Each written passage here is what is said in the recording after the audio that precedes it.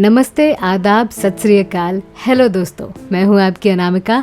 Biography and real life story इस channel की पेशकश प्राण नामा विद अनामिका इस सीरीज़ में आपका स्वागत है। इस सीरीज़ का ये दूसरा वीडियो है।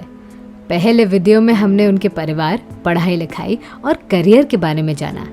उन्होंने अपने पिताजी लाला केवल कृष्ण सिकंद को साफ शब्दों में कह दिया था कि वे कॉलेज बिल्कुल नहीं जाएंगे। इस कहानी को हम आगे बढ़ाएंगे। पहले वीडियो की लिंक आपको डिस्क्रिप्शन बॉक्स में मिल जाएगी। इस सीरीज़ की प्लेलिस्ट का लिंक भी आपको मिल जाएगा। जैसे कि आप लोगों को पता है कि प्राण के पिताजी बड़े अमीर इंसान थे। बड़े बड़े लोग उन्हें पहचानते थे। उसी पहचान में एक दोस्त था जिसका दिल्ली के कनॉट प्लेस में ए दास एंड कंपनी नाम से फोटोग्राफी स्टूडियो था। प्राण ने सोच के रखा था कि कॉलेज जाने से बेहतर है कि वे वहाँ फोटोग्राफी सीखेंगे। प्राण ने अपने मन की इच्छा जाहिर तो की, पर अंतिम फैसला परिवार को ही लेना था। पिताजी ने खूब विचार किया। अंततः उन्होंने सोचा कि भाग भाग कर कहाँ जाएगा, दिल्ली में ही तो रहेगा, दोस्त के कंपनी में। करने दो उसे जो करना है। इस तरह से प्राण को उस फोटोग्राफी स्टूडियो में इंटर्न के रूप में जॉब मिल गई। प्राण गलत नहीं थे, वहाँ सच में उन्हें सीखने को मिला। फोटोग्राफी के नए नए पहलू उन्होंने समझ के लिया। धीरे धीरे वे खुद फोटोग्राफी करने लगे। कंपनी के मालिक को भी उन पर भरोसा होने लगा।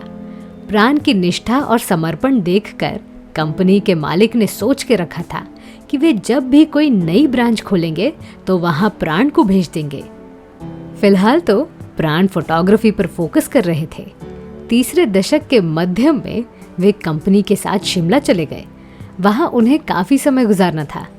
बड़े सरकारी अफसरों के फोटोग्राफ्स लेना उनका काम था। गर्मी के मौसम में अंग्रेज शिमला आ जाते थे। सौभाग्य से वहाँ एक वाकया हुआ जिसे सुनकर आपको सुखद धक्का लगेगा। वहाँ सालाना रामलीला का आयोजन होता था। इस रामलीला में प्राण ने भी हिस्सा लिया। उस वक्त उनकी उम्र 16 साल के आसपास होगी। उन्हें सीता का किरदार निभाना था और उनके राम और कोई नहीं, खुद मदन पुरी थे। जी हाँ, अमरीश पुरी के बड़े भाई और प्रसिद्ध खलनायक मदन पुरी। रामलीला तो खत्म हुआ, पर पहली मुलाकात में उन्होंने सोचा नहीं होगा कि वे दोबारा मुंबई में मिलेंगे। आज से कुछ साल पहले ऋषि कपूर ने ट्विटर पर एक स्त्री की तस्वीर पोस्ट करते हुए लिखा कि ये स्त्री असल में प्राण है। उस तस्वीर को देखकर हर कोई अचंभित हो गया। किसी को यकीन नहीं हुआ, पर असलियत ये है कि वो तस्वीर प्राण की ही होगी। हमें पूरा शक है कि वो तस्वीर इसी वाकया का एक हिस्सा होगा। सीता का किरदार निभाने के बाद उन्होंने ये तस्वीर खींची होगी। खैर, मदनपुरी से मुलाकात होने के बाद दोनों अपने अपने रास्ते पर चल पड़े। पिताजी के दोस्त ने अपने स्टूडियो का नया ब्रांच लाहौर में खोला और वहां प्राण को भेज दिया। मदन पुरी भी अपने अभिनय की ओर बढ़ गए। लाहौर में आकर प्राण की किस्मत कैसे पलट गई, इस मज़ेदार वाकया पर हमने पहले ही एक वीडियो बनाया था जिसे लगभग सभी दर्शक देख चुके हैं। पर जिन्होंने वो वीडियो देखी नहीं, उनके लिए उस वीडियो का भाग प्राण नामा के इस दूसरे एपिसोड में जोड़ा जा रहा है। हीरा मंडी तवाइफों के लिए प्रसिद्ध रहा लाहौर का एक इलाका। शॉपिंग, खाने पीने की चीज़ें और अलग अलग प्रकार के पान के लिए भी ये इलाका जाना जाता है। बात है साल 1939 की। पान की दुकान के यहाँ एक नवयुवक पान खाते हुए खड़ा था। 3-4 लोगों का ग्रुप वहाँ आया जो पूरी तरह से नशे में डूबा हुआ था। क्योंकि उस दुकान में भीड़ ज़्यादा थी, इसीलिए उन्हें कतार में रुकना पड़ा। उस ग्रुप के एक व्यक्ति की नज़र उस नवयुवक पर पड़ी और तुरंत ही वो उसे घूरने लगा।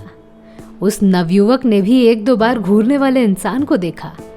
उसे समझ आया कि कोई एक शराबी इंसान उसे ऊपर से नीचे तक देख रहा है। वो नवयुवक वहां से निकलने ही वाला था, पर उस इंसान ने उसे रोक दिया और पूछा, तुम्हारा नाम क्या है? शराबी इंसान को देखकर वो नवयुवक जवाब नहीं देना चाहता था, पर फिर भी उसने कहा, प्राण नाम है मेरा। पर मेरे नाम से तुम्हारा क्या मतलब? नहीं नहीं, गलत मत समझिए। मैंने आपका नाम इसलिए पूछा क्योंकि मैं दलसुख पंचोली का खास लेखक हूँ। मेरी एक फिल्म हाल ही में रिलीज हुई है और अब मैं अगली फिल्म की कहानी लिख रहा हूँ। उस इंसान की बात को बीच में काटते हुए प्राण ने कहा, तो ये मुझे क्यों बता रहे हो? ये कहकर प्राण वहां से जाने लगे, पर उस इंसान ने उन्हें रोक कर कहा, मैं जब तुम्हें पान खाते हुए देख रहा था तब मुझे पता चला कि तुम मेरे फिल्म के विलन बन सकते हो। क्या तुम मेरी फिल्म में काम करोगे? ये सुनकर प्राण को कुछ समझा नहीं और तुरंत ही उन्होंने इनकार कर दिया। पर उस इंसान ने गुजारिश करते हुए एक कार्ड दिया और कहा कि तुम कल इस ऑफिस में आ जाना। प्राण ने वो कार्ड देखा जिस पे वली मोहम्मद वली का नाम लिखा था और नाम के नीचे दलसुख पंचोली का स्टूडियो का एड्रेस भी था। कार्ड देखकर प्राण ने उस इंसान पर थोड़ा रुख किया और कहा, देखो मेरे दोस्त, शराब की हालत में इंसान को कुछ समझ नहीं आता कि वो क्या और क्यों बोल रहा है। चलो, मेरा पान खत्म हुआ, मैं निकल रहा हूं। प्राण साहब उस वक्त महज 19 साल के थे। उस शाम इस घटना के कारण वे रात भर बेचैन रहे। उन्होंने सोच लिया था कि वो इंसान एक शराबी था जो नशे की हालत में कोई एक बात कर रहा था। इसके बाद प्राण साहब ने वो कार्ड फेंक दिया और अगली सुबह अपनी फोटोग्राफी शॉप में चले गए, जहां वे असिस्टेंट का काम किया करते थे। उनका पूरा दिन ये सोचने में बीत गया कि कौन किसी सामान्य असिस्टेंट को एक्टर बनाएगा। तो इस तरह से उन्होंने अपना दिन बिताया और अगली सुबह एक फिल्म देखने सिनेमा हॉल में चले गए। किस्मत का खेल देखिए, वहां भी उनकी मुलाकात वली मोहम्मद से हुई, जिन्होंने इतनी भीड़ में प्राण को पहचान लिया था। प्राण को देखकर वे पंजाबी भाषा में गालियां देने लगे। आसपास के लोग देखकर हैरान हो गए कि वे इतनी गालियां किसको दे रहे हैं, पर प्राण साहब को समझ आ चुका था कि वे उनसे ही बात कर रहे हैं। तुम जो मेरे लिए पूरी तरह से अनजान थे, मैंने तुम्हें ऑफिस बुलाया पर तुम आए नहीं। मैंने दलसुख पंचोली साहब को बोल दिया था कि मुझे एक कैरेक्टर के लिए चेहरा मिला है, पर तुमने मेरी नाक काट दी।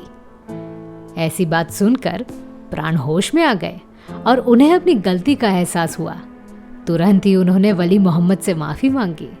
आगे प्राण ने वली मोहम्मद से कहा, आप मुझे जहां लेकर जाना चाहते हो, मैं वहां आने के लिए तैयार हूं। तो इस तरह से प्राण साहब के दर्शन दलसुख पंचोली से हुए। उस वक्त प्राण की किस्मत बेहद अच्छी थी, क्योंकि दलसुख पंचोली जैसे बड़े इंसान से मिल पाना सबके लिए मुमकिन नहीं था। वे लाहौर फिल्म जगत के पितामह थे। इन्होंने हॉलीवुड के बेहद सारी फिल्मों को लाहौर में रिलीज किया था।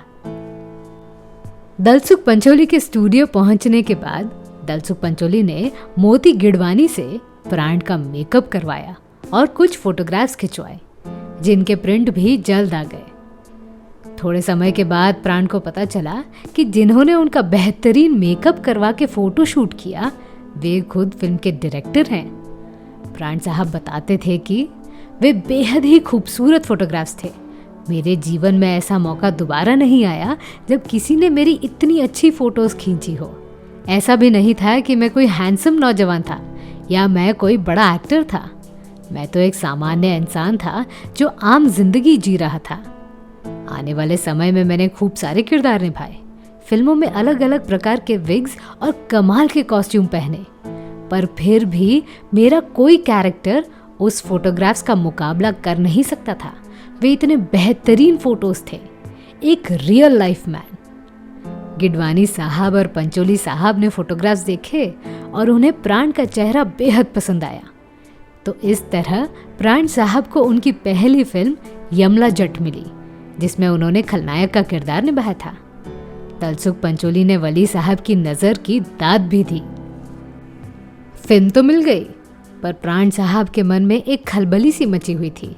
वे चाहते थे कि वे पहले अपने परिवार से बात कर लें, क्योंकि उन्हें पूरा भरोसा था कि उनके इस कदम से परिवार नाराज हो जाएंगे।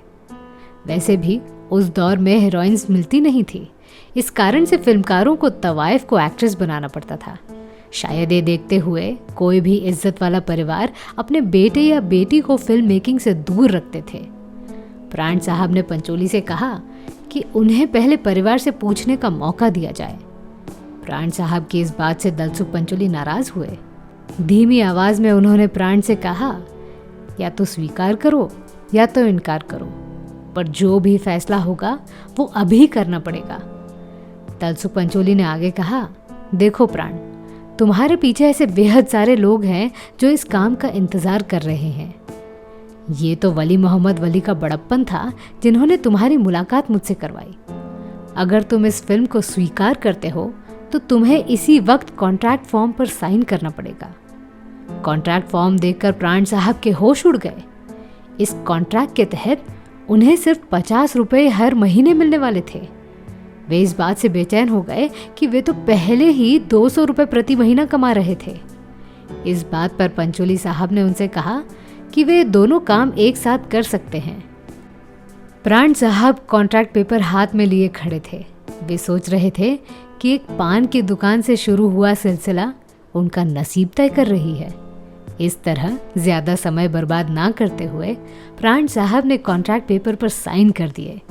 पंचोली साहब ने कहा, आज के 50 रुपए आने वाले तरक्की की दस्तक है। दलसुख पंचोली, मोती गिडवानी, वली मोहम्मद वली, इन सभी महान हस्तियों के कारण फिल्म जगत को ऐसा खलनायक कलाकार मिला जिसकी काम करने की फीस सुपरस्टार हीरो से भी अधिक होती थी।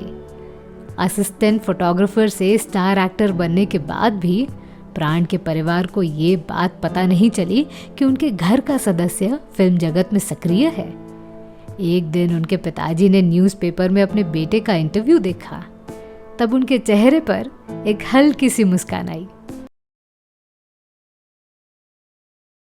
तो मैं थी आपकी अनामिका। मेरी सुनाई हुई कहानी आपको कैसी लगी ये हमें कमेंट सेक्शन में ज़रूर बताइएगा और हमारे channel biography and real life stories को सब्सक्राइब करना न भूलें। नमस्कार।